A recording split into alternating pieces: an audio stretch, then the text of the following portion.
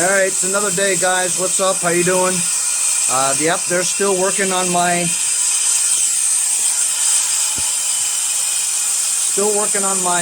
driveway, my walkway and my stoop. It's been 4 days. That's a lot of work, man. Like I said, you never get me to do that. Anyway, so today, my carburetor finally came for this thing. As you know, this is a new carburetor I got off of eBay a while back. I don't know whether or not it's the carburetor or not that's causing the engine not to run right. But just to rule it out, these carburetors are very cheap. The first one I got was $10.44.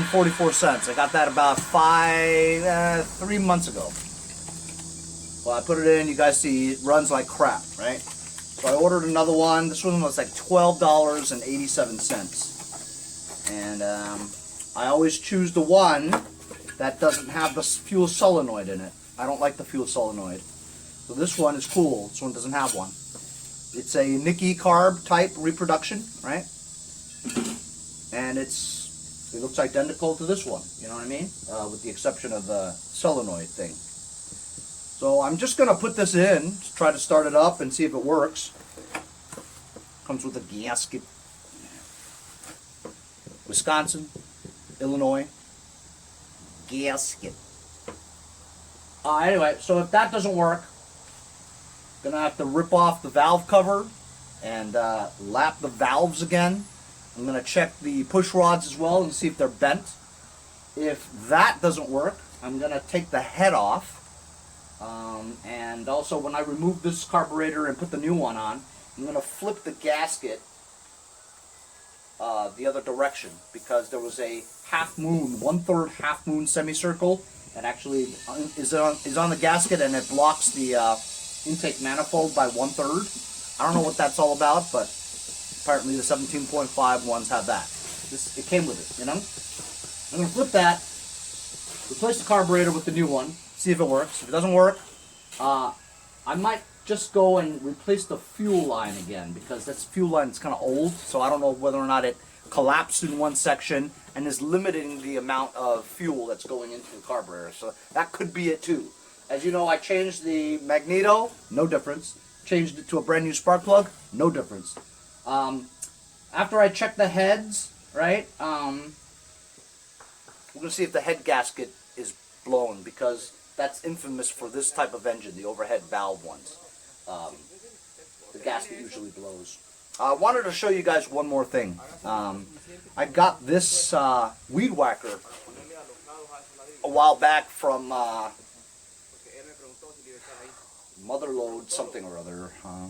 I forget. Anyway, you guys will probably remember better than I do. Some of you guys that watch my videos religiously, and I thank you for that. So I was gonna just, trade this away, because I hate weed whackers. I don't like working on them and stuff. It's such a pain in the ass. But then I got some feedback from some of the subscribers who really know this item, like Oscar Bravo Oscar, one of those guys. I think he's in Chicago, Illinois. Gasket. And all right. So anyway, this is a Echo GT200CE. The minute I picked this up, right, it felt solid. I mean, heavy.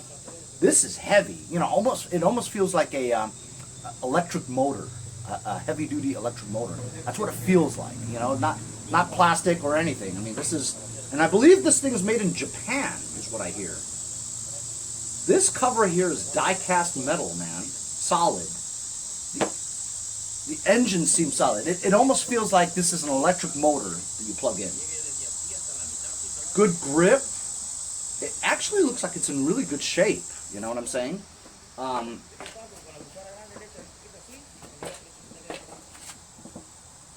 This carb cover is a little cracked, right? And I don't believe I ever saw a primer bulb in here. I don't think it has a primer bulb. At least I can't find one, I don't think there's a primer bulb in it. Gas tank. I mean, this looks okay. It's all there, and even the fuel line looks good. A lot of the times the fuel lines are rotted out, but this one's like a good rubber line, and it doesn't. It only has one line. Oh no, it has a return one in there too. It's got the fuel filter on there too. And I'm trying to think about where I got this from. Don't remember. Got it in the motherload pick. So apparently this thing is worth like $500. I think, you know. Somebody told me that, you know, they could sell it for $500 if it was working. I think it was Oscar Bravo. Even 5-Speed Ash, who I was going to trade this with, the thing we were supposed to trade I didn't actually need or something like that. I forget. There's so much wheeling and dealing going on, fellas. But anyway, one thing at a time. Just wanted to show you guys this so you have a better shot at it. Maybe one of you guys might be interested in it. I told Oscar Bravo that I might be able to just disassemble it and ship it to him, right? But I think shipping would be a lot of money because it's heavy, you know? But this is complete. It's all there. I don't know what year it was made, but like I said, it was probably made in Japan, which is really unusual. There it is. It says right here, GT200CE, Keyway Corporation, KIORITZ Corporation, made in Japan. And if you guys could feel this, I'm telling you, it's heavy, man. So I don't know whether or not that's a good thing to have a weed whacker that's heavy, but it seems to be very balanced well. Even the throttle moves. I bet you I can get this thing started and running right. And if it runs really well, maybe I'll keep it. No, I'm not gonna keep it. Keep weed whackers. Have one. As long as I have one that works, that's all I need. I don't need anything else. Anyway, so I'm gonna get started on switching that carb around. So I just changed the carburetor. I just swapped it out. There was an issue with the fuel line actually. So I just changed the fuel line. I think the fuel filter was all clogged up and stuff. It didn't have that much, it had some resistance to it, you know. So I didn't have any more, so I just put this thing back on. This is a brand new one. And when I hooked it up, it didn't have any fuel flowing. So then I pulled this one out to let air suck in, I guess, and then it came pouring out. So, I mean, I think that may be a problem, fuel filter, you know. But either way, got the new carb on there. And I'm just gonna give it a try. See if it sounds okay. If not, we've got other issues. Well, this doesn't choke all the way. I'll try it anyway.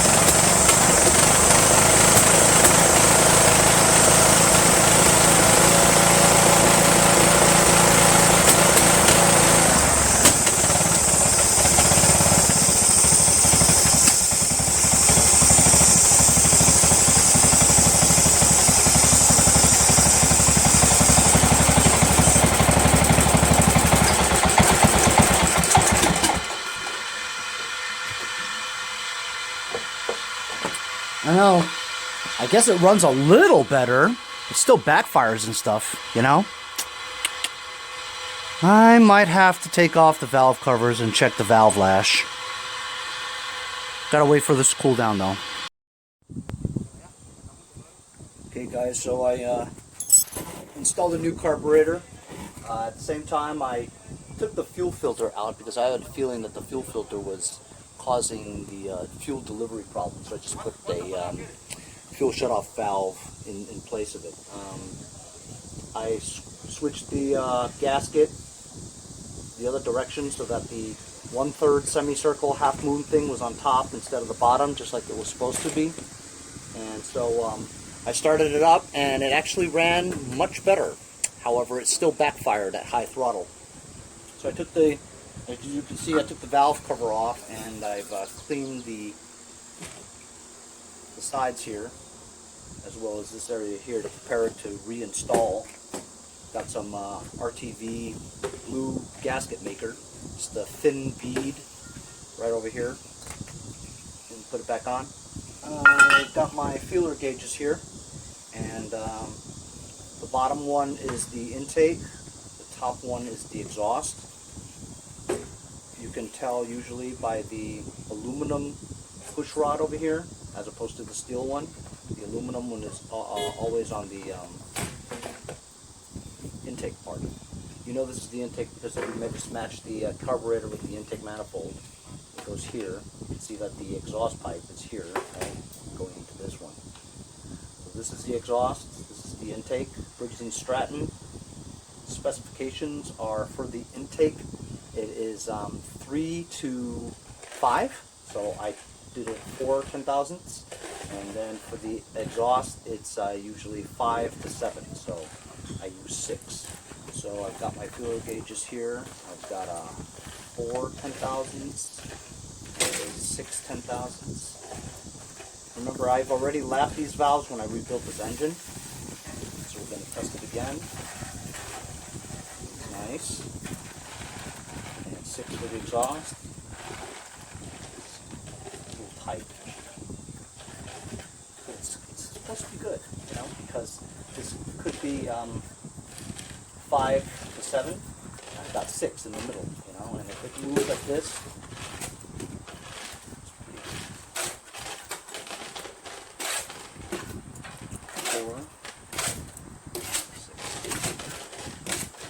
so the valves are fine, as I thought, you know. We have it at top dead center. The screwdriver, after I took the spark plug out, screw it back in, back out, back in. Right there is right in the middle there. And then a quarter turn.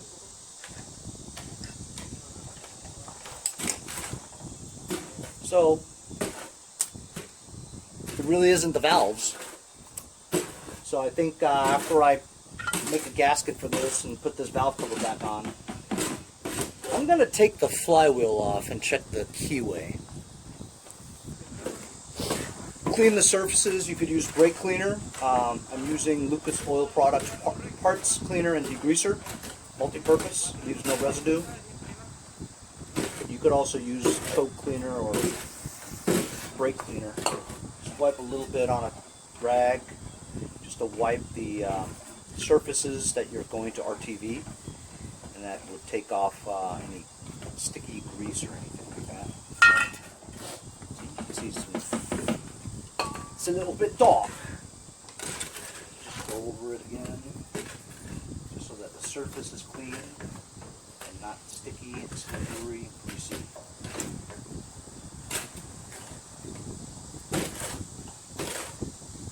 Okay. This is Permatex Blue RTV gasket maker. A lot of people soak the thing and put way too much. You just need a little bead is all you need. Usually you have that little attachment that comes with it, the plastic thing. I don't know where it is. So just a thin bead all the way around here.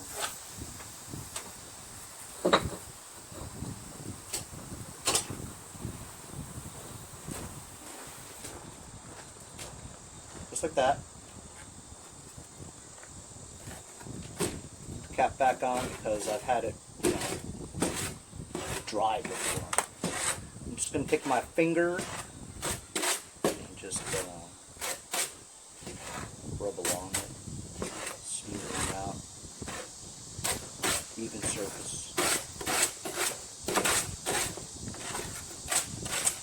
And I'm going to put it on there, and I'm going to screw it down, but not torque it down. Just screw it down, so let it cure a little bit, so it makes that little gasket, you know. And then once you torque it down, it pushes it out and gives it an even seal. It's just rubber, fellas. It's not the space shuttle. It's not the space shuttle. It's just a gasket.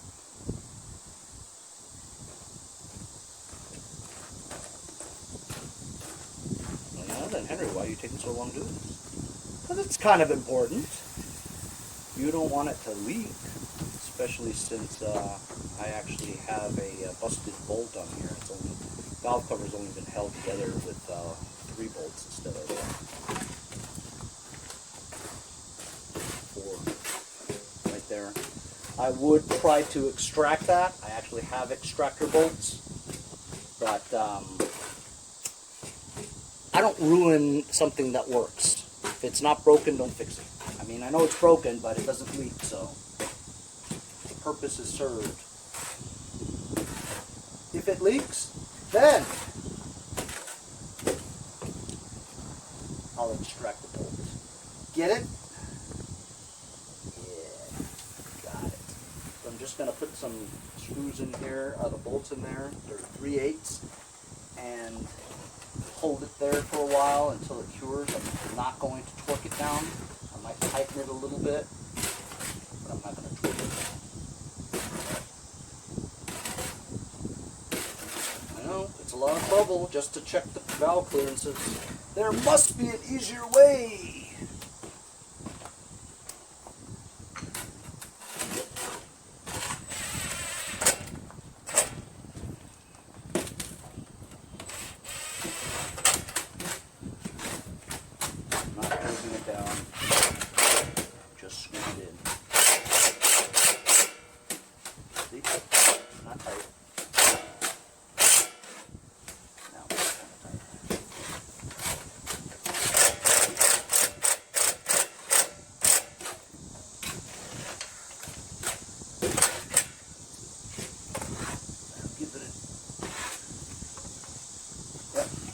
So I'm going to let it cure for a while, and maybe an hour or two, and then I'll torque them down.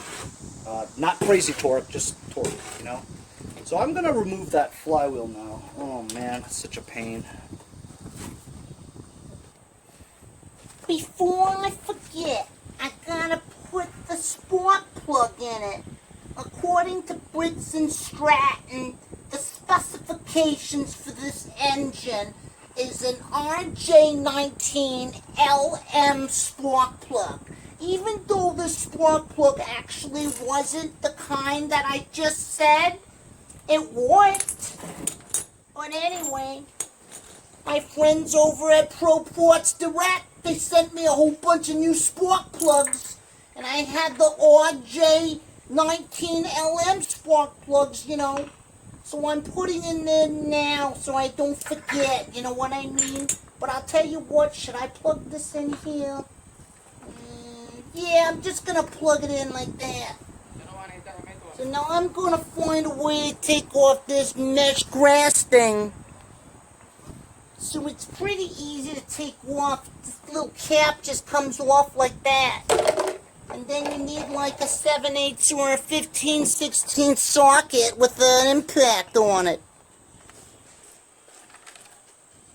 So here we have a 15/16 socket on an electric impact, and put it right over here and just comes right off, easy peasy. All right, take this blower thing off. Gonna put this nut back on. gonna get a crowbar. Let's see, where's a good place to put it? That's not a good place to put it. Here's a good place to put it. That's not really a good place. It's not really a good place to put it. That one's okay. And let me get a sledgehammer. Alright, so I've got this crowbar wedged under it. I'm pulling upwards. Here's a sledgehammer.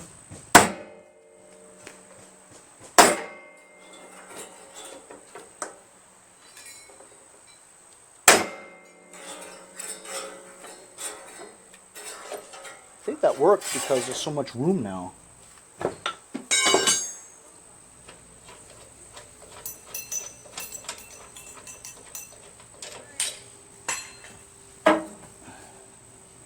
There we go. Sure enough, it works.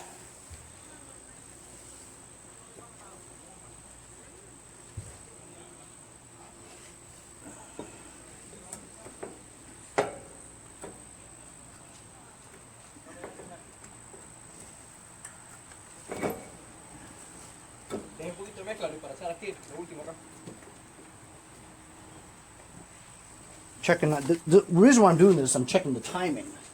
And usually it's the keyway. If it's sheared just a little bit, it'll make the difference between it not running and stuff. You know what?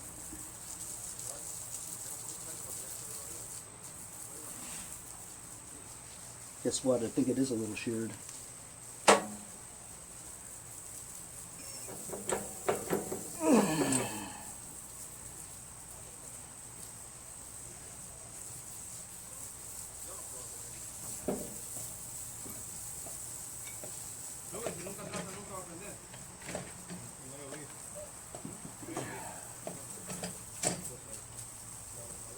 Huh? You guys gotta see this. It's so small and minute though. Let me focus. And you guys see that?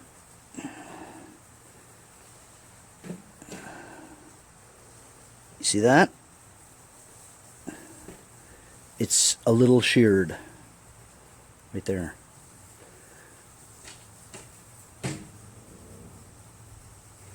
Both sides actually. See? There. And there. Man, I hope this is the problem, because that's a small problem. I'm going to find another key. This is a bag of 10 Briggs & Stratton, quote-unquote, Briggs & Stratton type keyways I got from China. I think I paid like $5 or something. I'm not sure. So this is a brand new one.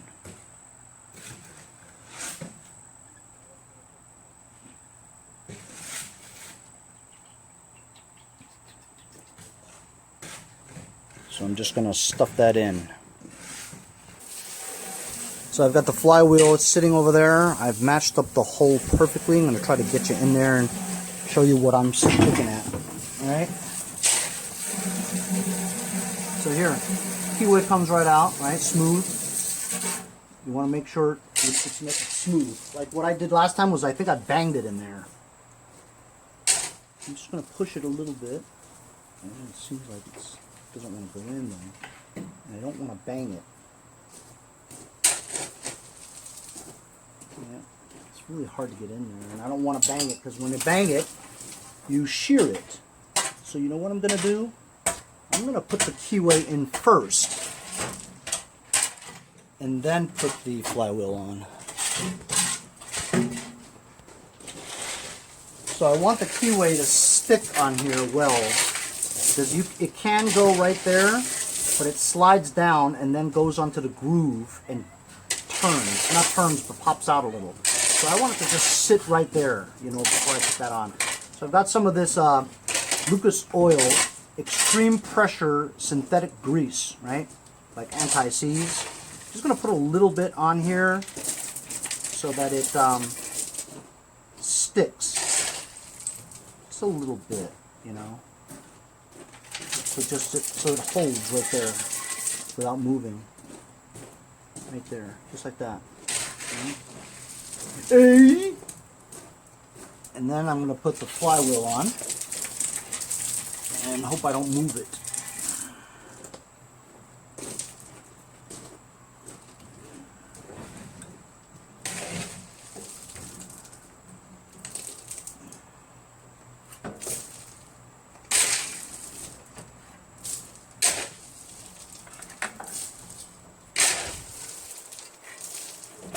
Hey Henry, move your head. I can't see. No, I can't see either. Damn it. It moved.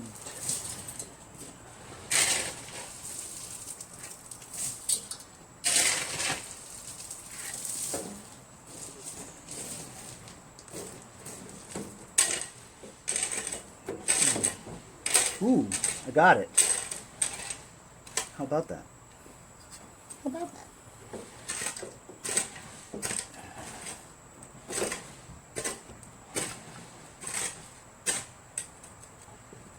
That's perfect. That is absolutely perfect. Alright, maybe we got it this time.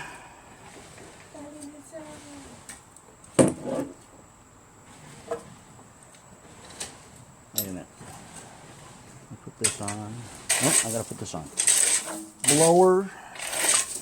Blower? Can you even do that? Alright, there we go. There we go. There we go, there we go, there we go. Alright, so this time we have the flywheel on and I didn't bang the keyway in. It's in there and it's not sheared as of now. I'm going to put this on there.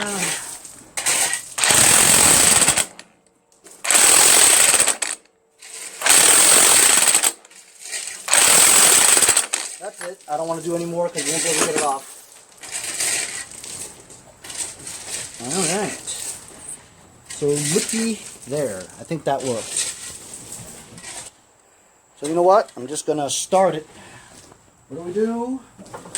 Change the keyway, change the carburetor, change the fuel line, check the valves, change the magneto, change the spark plug.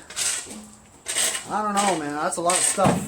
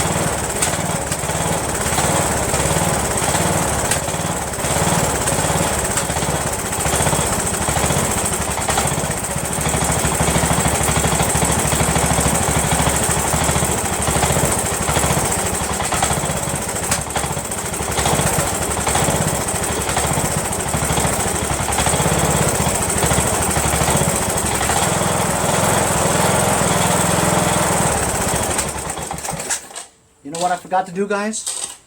I forgot to seal the... I forgot to torque down the valve covers. So now I might have to clean all that stuff again because it's too hot now. That gasket is trashed. It's boiling. I forgot, see? I forgot to torque down the valve covers. I didn't let it cure. Damn. But I think we might have gotten it. Even though you still heard some backfiring, but the carburetor needs to be adjusted. You know, the fuel mixture screw. But I'll work on this later when this thing cools off. But that, what you see right there, that's the RTV gasket maker. That's burning up right now. So I have to redo that again. Damn it. So it's another day. I have spent a lot of time on this engine. Not so much the mower itself, but the engine. So let's see. Just give you a rundown. I've changed the fuel line like 3 times. Had 3 different fuel filters on there.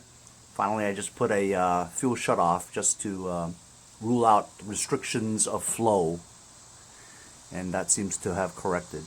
I've flipped the half moon or 1/3 gasket in the intake manifold to the correct position. I've changed the magneto spark plug. I've lapped the valves yesterday. I've added a heat shield to the muffler. Put a tube in the tire. Fixed the mower deck belt that was too tight. Added 2 belt keepers for the double stack pulley on the back that engages the PTO. I have yet to take this for a ride, but I do know that it goes forward and backwards. I've gone forward and backwards in the garage.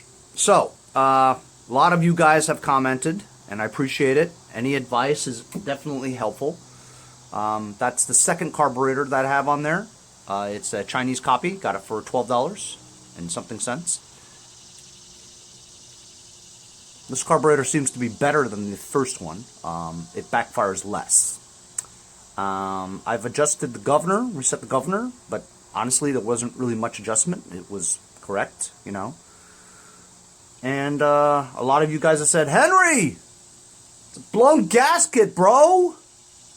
So I guess I'm going to do it. Oh, and I also removed the flywheel, and yes, the Keyway was very slightly sheared, which I think is the reason why it probably backfires less. It runs better, you know, but it's still, something's wrong.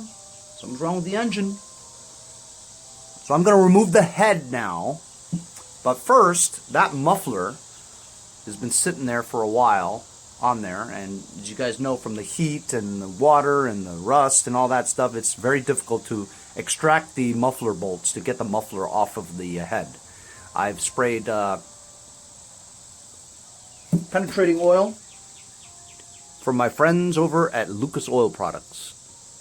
Letting it soak for a while, and I've actually pulled out the top bolt. It's not completely out, but it's slowly moving, and I'm not going to rush it. I'm just going to slowly turn it, spray some penetrating oil, turn it back and forth, spray some more penetrating oil, then give it another half turn, and then spray some more. I'm just doing it slowly and methodically because I have stripped bolts off that before, and if you strip bolts or break the bolt, you're doneski. You're history. You better get ready to weld some pipes, you know? So I'm taking it slow, and hopefully I'll be able to extract those 2 bolts that hold the muffler to the head, and then I'll loosen the head bolts and remove the head, and let's see the story with the piston, the valves, the cylinder wall, push rods, and all that other jazz.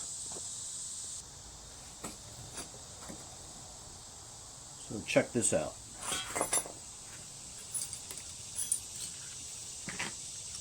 Got these new torque wrenches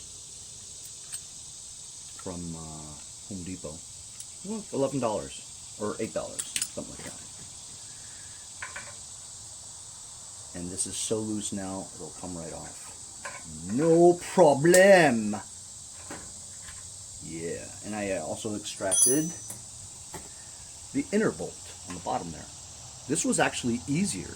If you look at the condition, this one's in better shape, and yet it was difficult to get off. range. I'm going to soak these in some penetrating oil, and the muffler is now loose.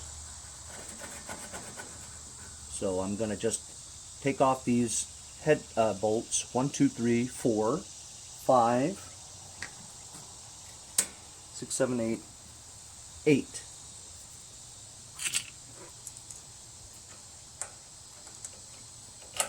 I had actually torqued these down to try to, you know, if it was losing some compression due to it being loose. It was a suggestion from Scott Keller, but it had no effect.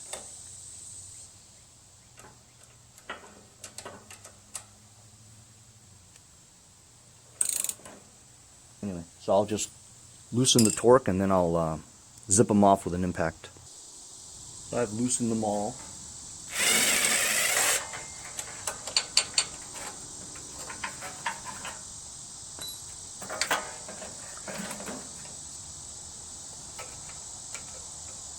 Really tight spots.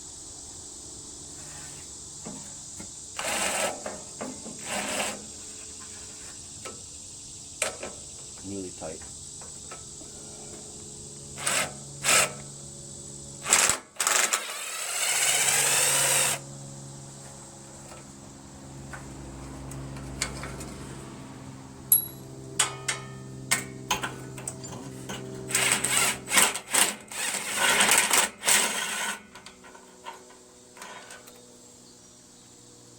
I should line these up and make sure that they're all the right length, because there's some that might be longer than the others and you want to make sure you put them right. So first row, bottom layer, top row, top layer.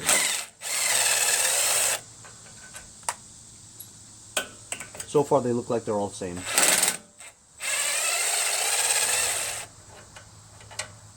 Except I have to remove that carburetor because it's going to go with it.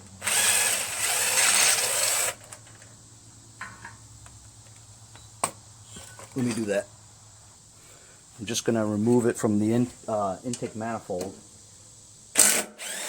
Let it hang there.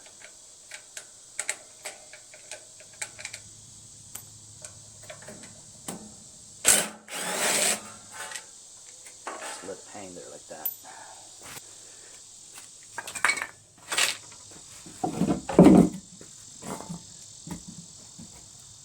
Got one more right over here. And one that's in between the pipe.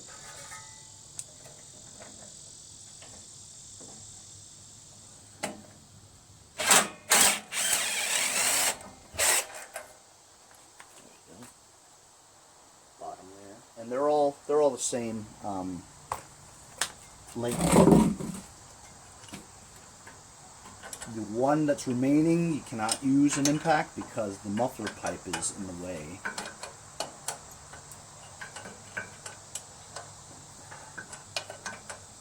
Make sure you have some kind of towel or something underneath, which I don't, but now I do.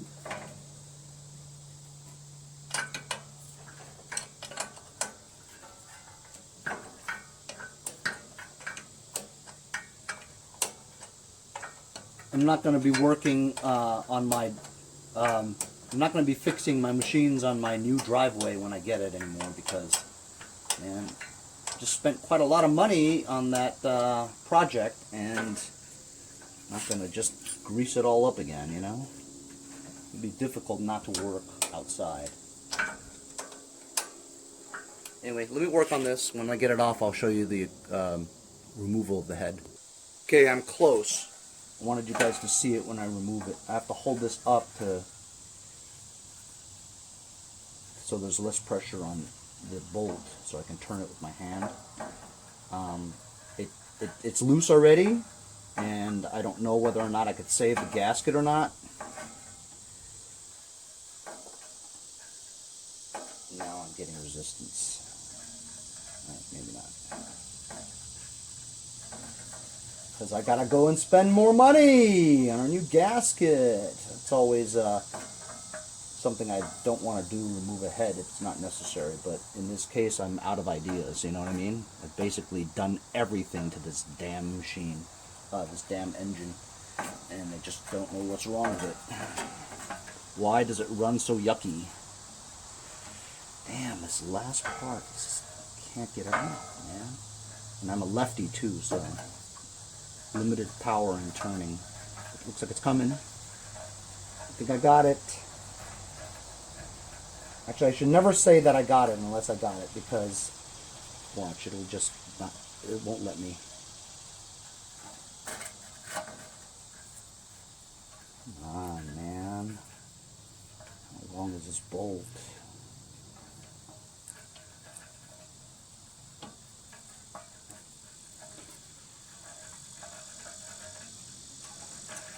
I got it. All right, here we go.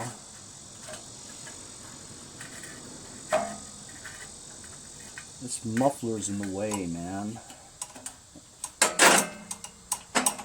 And I don't want to have to take this damn thing apart either. But I might have to, because it won't come off. Because this muffler's in the way.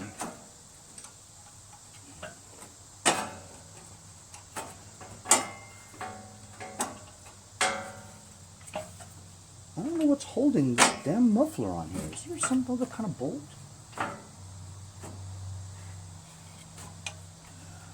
I'll be right back. Okay. I had to take off the heat shield. Here it is.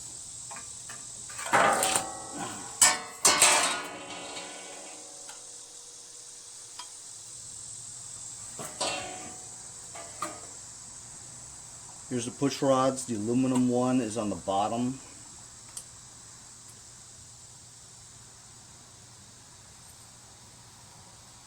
It's not bent.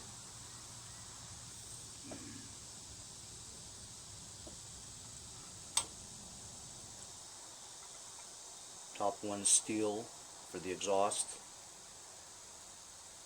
Does not appear to be bent. I'll find a level area and just roll these. Okay. Looks like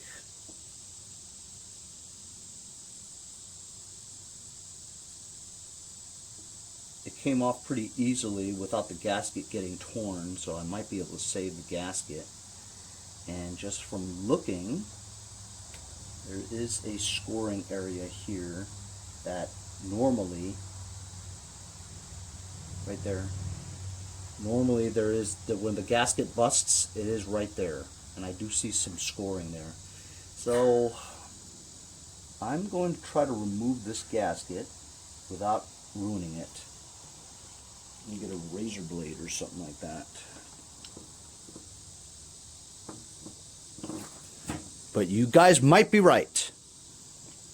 Okay, got a razor blade. I'm just gonna slowly go around it here,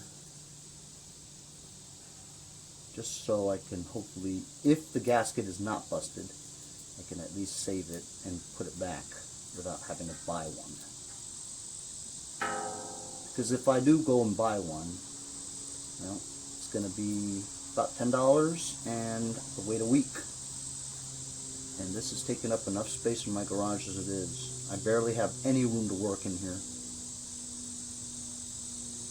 What else is new? Always have a ton of stuff.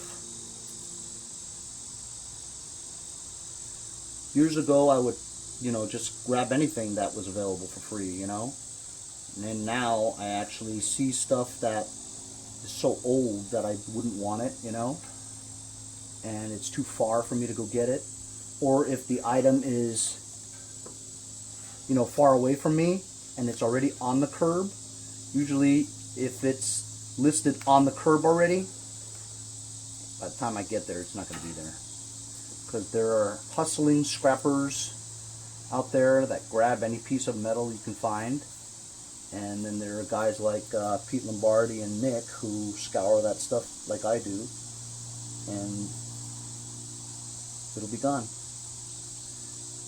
so I usually just send it to Nick, the listing to Nick or Pete Lombardi, and they'll go grab it. I know Pete's gotten a bunch of stuff from my tips. Because, you know, that makes more sense, because they're right there. They can go grab it, you know. And it looks like I'm going to get this off without ruining it. And, I mean, if it's a blown gasket, the gasket's trashed anyway, you know. But if it isn't, just want to make sure and take this gasket off carefully so that I can reuse it if the gasket is fine. Anyway, I'll work on this and show it to you. Okay, I've gotten it loose. There it is. And you guys were correct. So thank you to Robert Nighthawk. Right there. Where it's always blown. See that?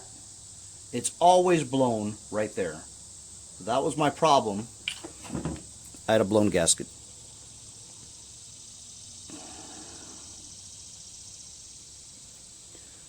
Right there.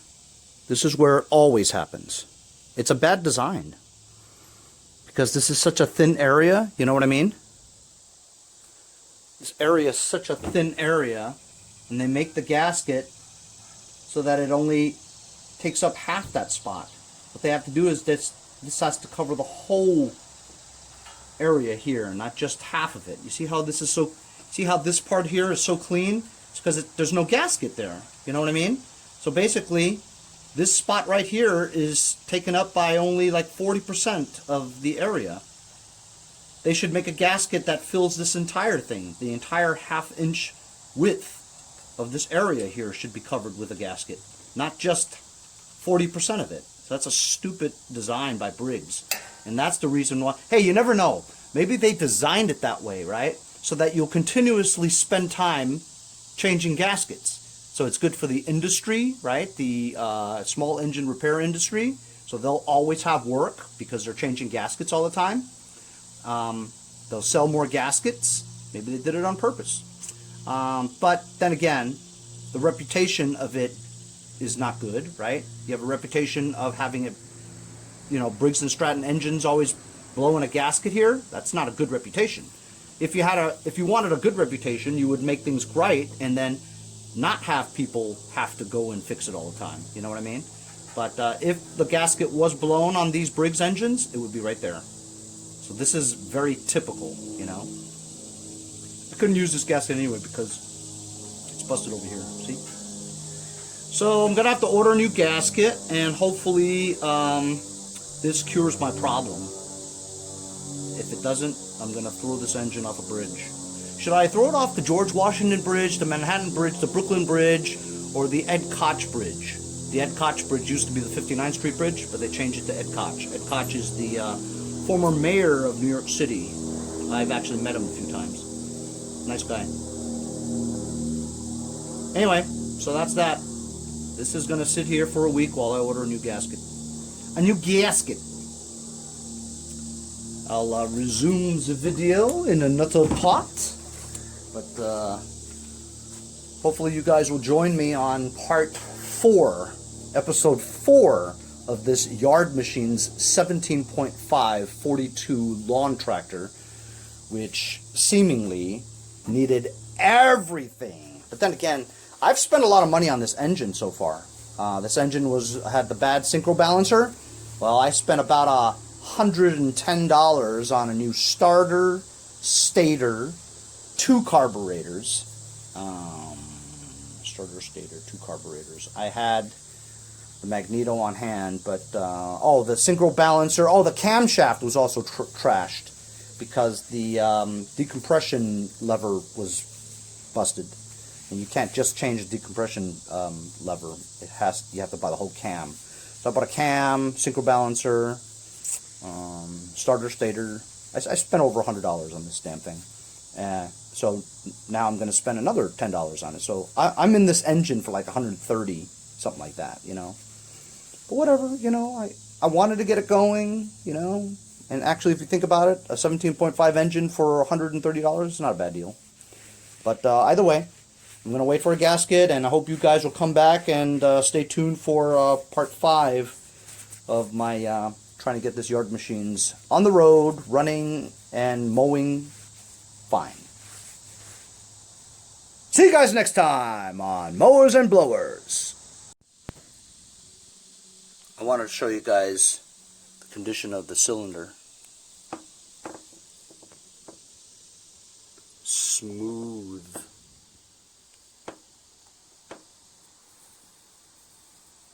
There's nothing there. Looks like it, but smooth. Smooth all the way around, so this is a good engine.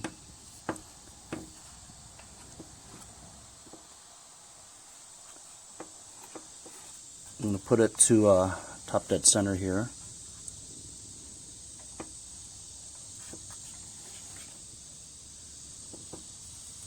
See, I wanted to see if any Earl comes through here.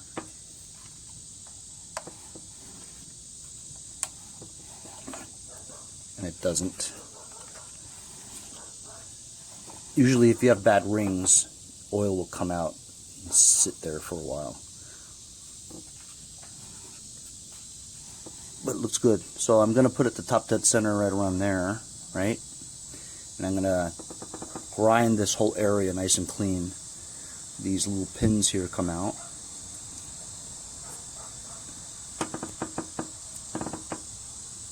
And I'm also going to clean that area too. Remove this muffler from the head.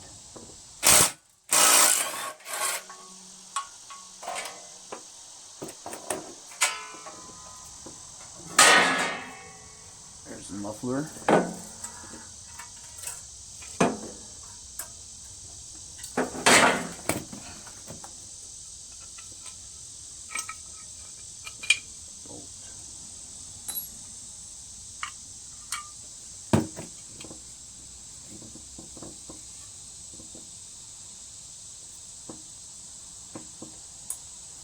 And you see the valves are seated well, because if they weren't, you'd be able to turn them. It's a nice tight seal.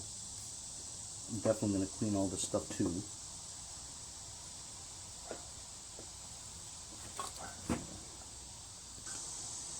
Going to take a picture of the model number 31C707. That's the engine number, so I can reference the right gasket. Got my drill, wire bristle wheel on there.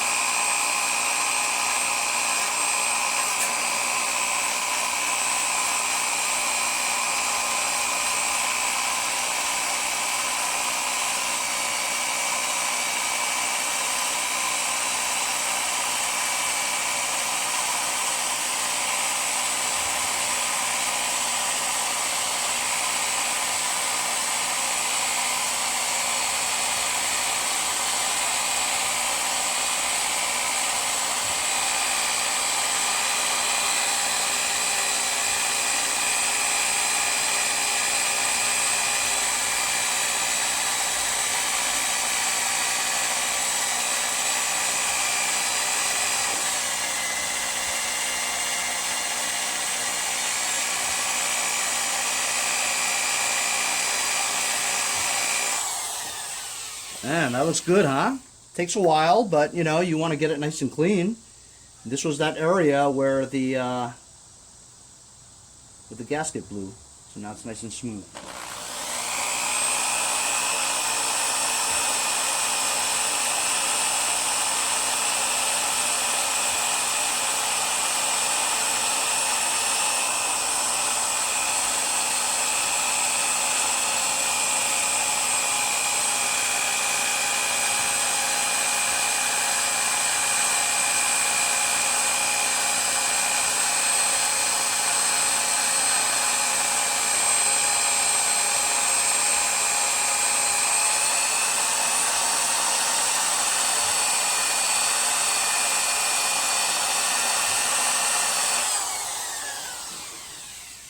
Try spraying some Lucas Oil multi-purpose parts cleaner and degreaser.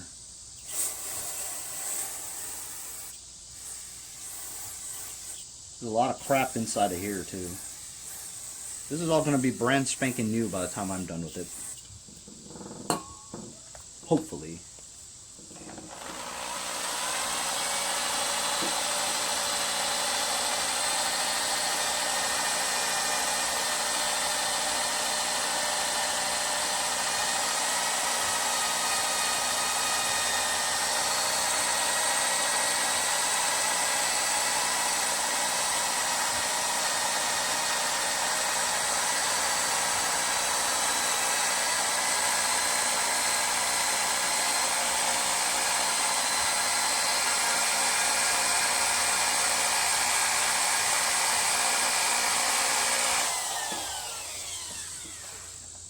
I'm gonna get you hyperlapse.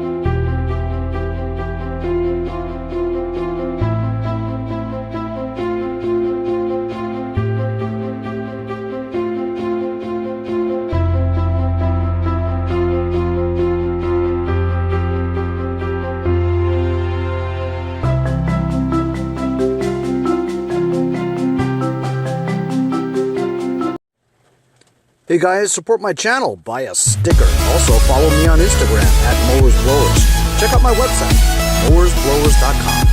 See you guys on the next project. Have a great day. See you guys next time on Mowers and Blowers.